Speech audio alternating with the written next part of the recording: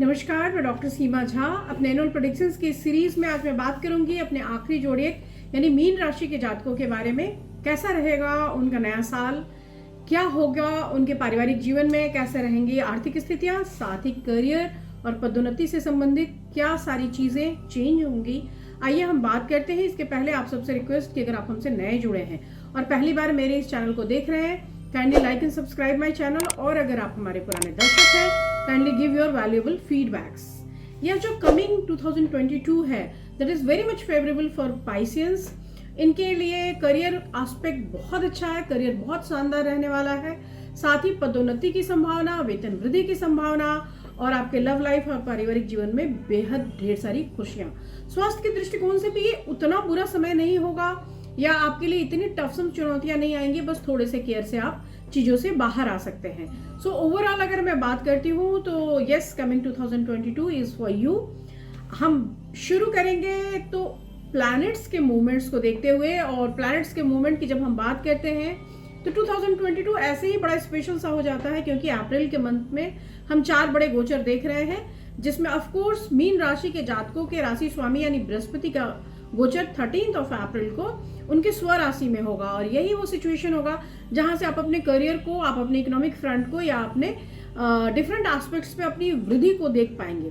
बोलते उसके पहले भी बहुत सारे गोचर है। Most of the planets are moving in your house of good reason. आप कह सकते हैं कि ज्यादातर स्थितियां जो है वो पॉजिटिवली हैं। आपके धर्म के घर से, आपके कर्म के घर से, आपकी आय संपत्ति के घर से होते हुए प्लैनेट्स के गोचर आपको उसके पहले भी फेवरेबल कंडीशंस में लेकर आएंगे। फरवरी टू जुलाई का जो मंथ है ये इकोनॉमिक गेन्स के लिए काफी बढ़िया समय होगा। लेकिन फिर भी एक ऑस्पिशियस टाइम की अगर मैं बात करूं तो that will be start from April onwards. तो अप्रैल को हम लोग बहुत ज्यादा इंपॉर्टेंस देंगे। ऑल्दो भी इकोनॉमिक कंडीशंस बहुत अच्छी है, पैसा भी आ रहा है, लेकिन जुपिटर चूंकि आपके 12th हाउस में अभी स्थित है और अप्रैल मिड तक या 13 तक वो वहीं रहेंगे, तो आपके बड़े सारे खर्चे होंगे आपके परिवार में, धर्म कार्यों में, लोगों में, मदद में।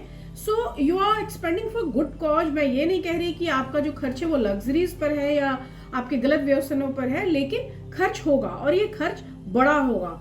सो आप कह सकते हैं कि the second of the year that will be favourable. वहां पर आपके पास एक बिगर इन्वेस्टमेंट, एक बड़ी चीज की खरीद, एक अच्छा मूव शो हो रहा है। साथ ही मैं कह सकती हूँ कि सेकेंड हाफ में खासतौर से जून और जुलाई का जो पीरियड है वहां कानूनी दावपेच से भी आपको बचने की सलाह दी जाती है, क्योंकि उसके साइन भी आ रहे हैं।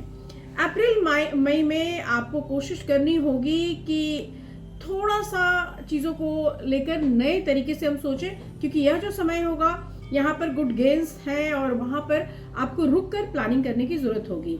यह साल थोड़े से रोड या ट्रैवल एक्सीडेंट्स को भी शो कर रहा है, तो आप कोशिश कीजिए कि जून और जुलाई के मंथ में ऐसी ट्रैवलिंग्स ना करें जहां पर ऐसे रिस्क आपको लॉन्ग रन में अगर आप नहीं जाते हैं तो आप इससे बच सकते हैं। जहां तक मैं करियर के लिहाज से पूरे साल को देखने की कोशिश करती हूँ, so January to March is favourable, but your sign Lord Jupiter will favor you after middle of the April. So December I can say is the best month for your career.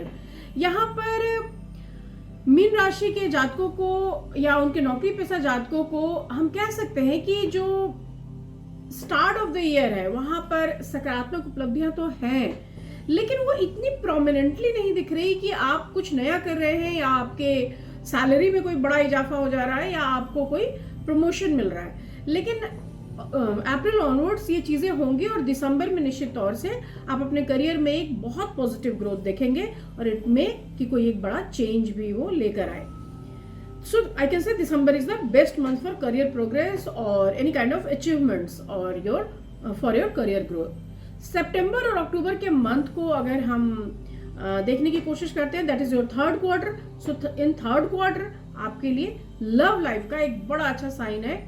हालांकि यहाँ पर आकर मैं आपको एक बात बता दूं कि जनवरी टू मार्च भी हम फैमिली लाइफ के लिए एक बेटर टाइमिंग देख रहे थे और फिर सितंबर से अक्टूबर भी, यानी सेकेंड जो क्वार्टर है that is not very much favourable. वहां पर थोड़ा आप अपने जीवन साथी से बहस करने से बचें, चीजों को क्लियर करें। ऑल्दो सितंबर अक्टूबर के मंथ में काफी अच्छा समय है, यहाँ पर शादी के लिए भी चीजें बहुत अच्छी हो रही है, कोई नया प्रेम संबंध भी शुरू हो सकता है, और अगर आप किसी को चाहते हैं तो वो भी आपके जीवन में आ सकता है। जैसे ही हम लास्ट क्वार्टर की ओर जाएंगे तो ऑफ कोर्स इकोनॉमिक कंडीशंस हमारी बेहतर है, प्रेम के कंडीशंस अच्छे हैं। स्वास्थ्य संबंधी अगर हम डिरेलमेंट को देखने की कोशिश करते हैं तो मई, जून और जुलाई का जो मंथ है that is not favourable for you. So mid-April onwards is a good time for love and other conditions, but you should be careful in April, October and November. ये जो 3 months है चार्ट में, यहाँ पर आपके health hazards दिख रहे हैं।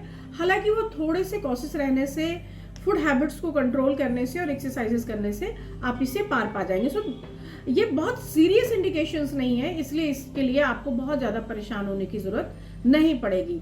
तो कुल मिलाकर मैं अगर आर्थिक या स्वास्थ्य संबंधी समस्याओं की बात करती हूँ तो भी ये साल बहुत अच्छा होगा। गुड गेन्स के सेंस में इस साल हम मई, जून और जुलाई के स्थितियों में आपके लिए कोई नई प्रॉपर्टी बनता हुआ देख पा रहे हैं, और इसलिए अगर आप कोशिश कर रहे हैं कि आपके नई इन्वेस्टमेंट हो या ऐसी कोई नई खरीद हो तो ये महीने आपके लिए बेहतर रहेंगे। आपको आय के नए स्रोत भी प्राप्त होंगे जिससे आपको लाभ होगा। करियर भी आपका बेहद शानदार हो जाएगा, क्योंकि जैसे ही आय के स्रोत बढ़ेंगे ऑफ कोर्स ये एक प्रोमोटरी सेक्शन को डोनेट करेगा। तो मैं कह सकती हूँ कि आपके लिए रियल एस्टेट इन्वेस्टमेंट भी है, आपके लिए करियर में अपलिफ्टमेंट भी है, आपके लिए प्रेम में एक प्रोमिनेंसी भी है। लेकिन यहाँ पर बस 2-3 चीजें बहुत ध्यान देने वाली होगी। एक तो लिटिगेशन का मामला है, जैसे हम अप्रैल ऑनवर्ड्स किसी भी चीज पे सिग्नेचर करते हैं तो you should be careful about that, क्योंकि वहां पर थोड़ा सा फंसने की संभावना बनती है। वहां पर थोड़ा सा हो सकता है कि किसी एग्रीमेंट या किसी ऐसी चीज पे सिग्नेचर करने की वजह से आपके पास कोई केस मुकदमा संबंधी चीजें आए। आप जल्दबाजी ना करें, साथ ही आप अपने प्रेम संबंधों में भी बहुत रुककर या सोचकर आगे बढ़े, क्योंकि वहां भी अगर आप चीजों के लिए संतुलित रवैया नहीं अपनाते हैं, किसी हड़बड़ी में आगे बढ़ते हैं तो निश्चित रूप से आपको बाद में अफसोस होगा। अंतिम तिमाही जो होगी, लास्ट क्वार्टर जो है नवंबर में, जैसा मैंने कहा you should care about your health, क्योंकि यहाँ पर जो शनि की स्थिति है वह समस्या आपको थोड़ा सा परेशान करेगी। लेकिन अगर आप उसके लिए कोशिश रहते हैं, आप अगर ध्यान देते हैं तो निश्चित रूप से यह समस्या आपके कंट्रोल में रहेगी। अगर आप ध्यान नहीं देंगे और सेहत का ख्याल नहीं रखेंगे तो यह समस्या बड़ी हो सकती है। तो इस तरह से हम कह सकते हैं कि अगर इस पूरे ही ईयर को हम 2 सेक्शंस में डिवाइड कर ले तो the first half of the year is good but not the better one. लेकिन जैसे ही हम second half of the year की बात करते हैं तो वहां पर आपके लिए चीजें काफी ग्रोथफुल है। यहाँ पर सबसे बड़ा जो सपोर्ट मिल रहा है आपको दैट इज फ्रॉम जुपिटर, क्योंकि उसके आपकी राशि में गोचर करने की वजह से आपके पेशेवर और निजी जीवन में बेहद सुधार आने की संभावना बन जाएगी। इस दौरान आपकी जीवन शैली भी अच्छी होगी, और लंबे समय से अगर आप किसी योजना पर काम कर रहे थे, you are planning something to buy a new house और न्यू प्रॉपर्टी और मूव समवेयर, वो सारी स्थितियां भी आपके लिए पॉजिटिव हो जाएंगी। सो आई कैन से 2022 में हम साल के उत्तरार्ध की जब बात करते हैं, सेकेंड हाफ की जब बात करते हैं अगले, तो वहां पर ऑफ कोर्स सामाजिक स्थिति में आपका एक पैट होगा, आपके लिए सोशल स्टेटस भी बड़ा होगा, साथ ही आपके दोस्तों से, आपके परिवार के लोगों से और बाकी बाहर के लोगों से भी आपको एक सपोर्ट मिलता हुआ दिखाई देगा। हर क्षेत्र में आपके कार्यों में समर्थन प्राप्त होगा। तो आई कैन से कि जो अंतिम 6 महीने हैं वो आपके लिए बहुत बेहतरीन है। इस दौरान थोड़ी सी कुछ परेशानियां जरूर आ रही हैं जो आपके हेल्थ हजार्ड्स को शो कर रही है, या आपके एंजाइटी या हड़बड़ी में लिए गए डिसीजंस को शो कर रही है। So you should careful about it, कि जहां पर हम अपने अगर हेल्थ हजार्ड्स को रोक लेते हैं या इस तरह के प्रॉब्लम्स को थोड़ा सा रोकने की कोशिश कर लेते हैं तो निश्चित रूप से वहां से हमारी स्थितियां और बेहतरीन होती चली जाएंगी।